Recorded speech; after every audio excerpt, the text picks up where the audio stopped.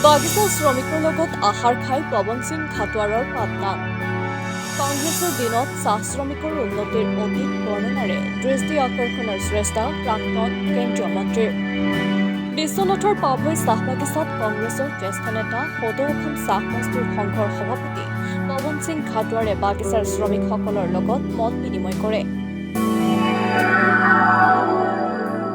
শ্ৰমিকসকলে আহাৰ গ্ৰহণ কৰা পাৰ্টিত শ্ৰমিকসকলৰ লগত একেলগে বহি শ্ৰমিকসকলৰ বিভিন্ন সমস্যাৰ বুজ লোৱাৰ লগতে কংগ্ৰেছৰ চৰকাৰ হলে চাহ শ্ৰমিকৰ মজুৰি 251 টকাৰ পৰা বৃদ্ধি কৰি 351 টকা কৰাৰ কথা ঘোষণা কৰে।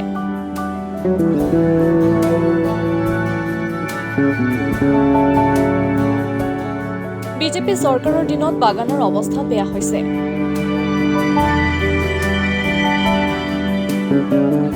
বাগান বিক্ৰী কৰি শেষ কৰিছে বুলি কয় পৱন সিং খাটোৱাৰে।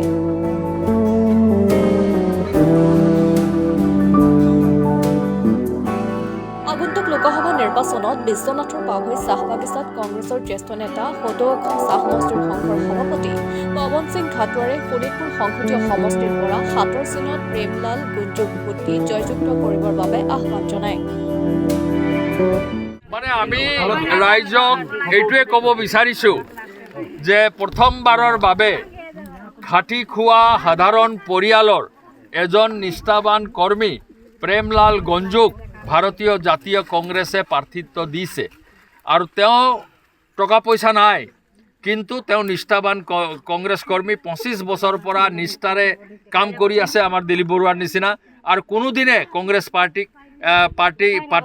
পাৰ্টি এৰি যোৱা নাই। এতিয়াতো এনেকুৱা বহুত ৰাজনৈতিক নেতা আহিছে যে ৰাতিৰ ভিতৰতে 2-3টা পাৰ্টি চেঞ্জ কৰি দিয়ে। সেই নিষ্ঠাবান কৰ্মীক তেওঁ দিছে আমাৰ খাটি খোৱা ঘৰৰ ল'ৰা, সেইকাৰণে তাক জয়যুক্ত কৰাবৰ কাৰণে আমাৰ চাহ মজদুৰ ৰাইজৰ আশীৰ্বাদ বিচাৰি আমি আহিছোঁ। আৰু আমি কৈছোঁ যে এই বিজেপি পাৰ্টি মিছা প্ৰতিশ্ৰুতি দিয়া পাৰ্টি।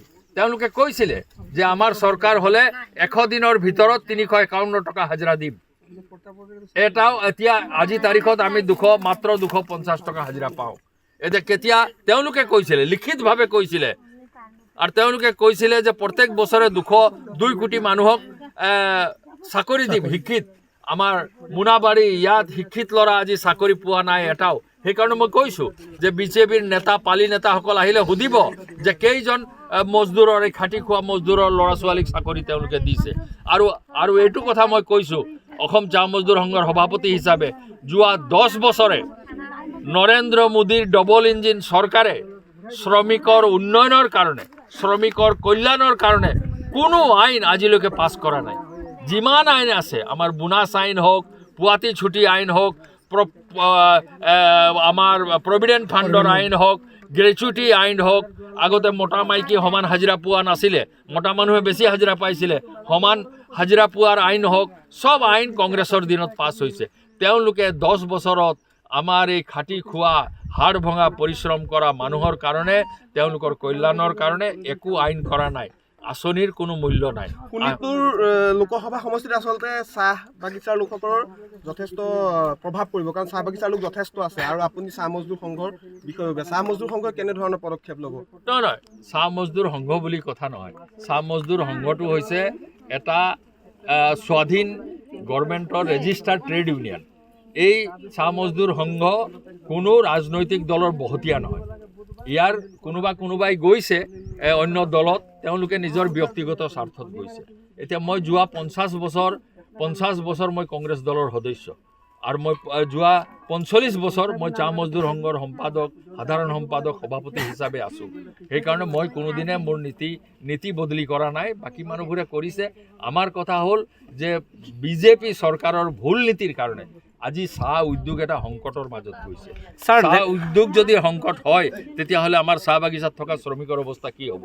সেইকাৰণে আমি চৰকাৰক, তেওঁলোকে অকল ক্ষমতাত বহি অকল আম্বানী আদানীৰ কথা চিন্তা কৰিলে নহ'ব। এই 8 ঘণ্টা প্ৰখৰ ৰ'দত পাত ছিঙা কলম কটা মানুহৰো কথা চিন্তা কৰিব লাগিব। দেখিবলৈ পোৱা গৈছে যে কেইদিনমান পূৰ্বে নগেন গোৱালা যিগৰাকী সভাপতি, তেওঁ বিজেপি যিগৰাকী প্ৰাৰ্থী, তেওঁৰ লগত এখন মিটিং হৈছিলে চাহ মজদুৰ সংঘৰ এটা বিবাহ ভৱনত, আৰু গোটেই বাগানৰ পৰা চাহ মজদুৰ সংঘৰ বিষয়ববীয়াসকল কিন্তু তাত গৈ উপস্থিত হৈছিল। নহয়, গোটেই যোৱা নাই। মই কোনোবা দলক সমৰ্থন কৰিছে তাত মই বাধা দিবলৈ নাই আমি কংগ্ৰেছ দলৰ পৰা আহিছোঁ সঁচা কথা কৈছোঁ ৰাইজে যদি আমাৰ কথা বিশ্বাস কৰে আমাক আশীৰ্বাদ দিব আৰু তেওঁলোকে যদি আগৰ নিচিনাকৈ মিছা প্ৰতিশ্ৰুতি দিয়ে যে চবৰ একাউণ্টত 15 লাখ টকা জমা হৈ যাব তোমালোকৰ 351 টকা হাজিৰা হৈ যাব এনেকুৱা যদি মিছা প্ৰতিশ্ৰুতি ৰাইজে বিশ্বাস কৰে আমাৰ ক'বলগীয়া একো নাই আমি সেইটোৱে কথা কৈছোঁ ছাৰ শেহতীয়াকৈ দেখা গৈছে আপোনাৰ যিজন সাধাৰণ সম্পাদক ACMSৰ তেওঁ বিশ্বনাথত মিটিং কৰিছে আৰু তেওঁ বিজেপিৰ হৈ মিটিং কৰা দেখা গৈছে কি ক'ব এইটো তোমালোকে কথাবোৰ নাজানা কিন্তু বিজেপিৰ MLA তো বিজেপিৰ হৈ মিটিং নকৰি কাৰ কাৰণে মিটিং চাহ মজদুৰ সংঘৰ বিষয়ববীয়াক লৈ মিটিং চাহ মজদুৰটো এটা মই কৈছোঁ যে কোনো ৰাজনৈতিক দলৰ বহতীয়া নহয় তো তুমি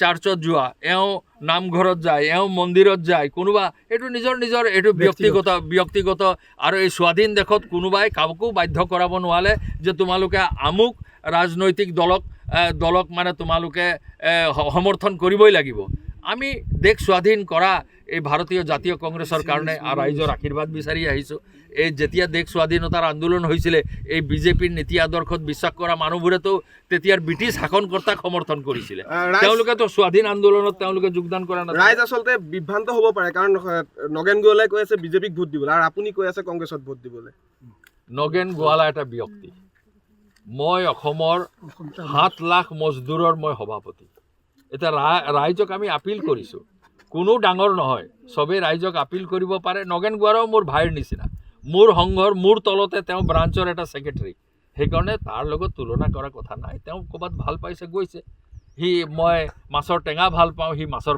ভজা ভাল পায় তো মই ক'বলৈ কিটো আছে ব্যুৰো ৰিপৰ্ট 9 News Any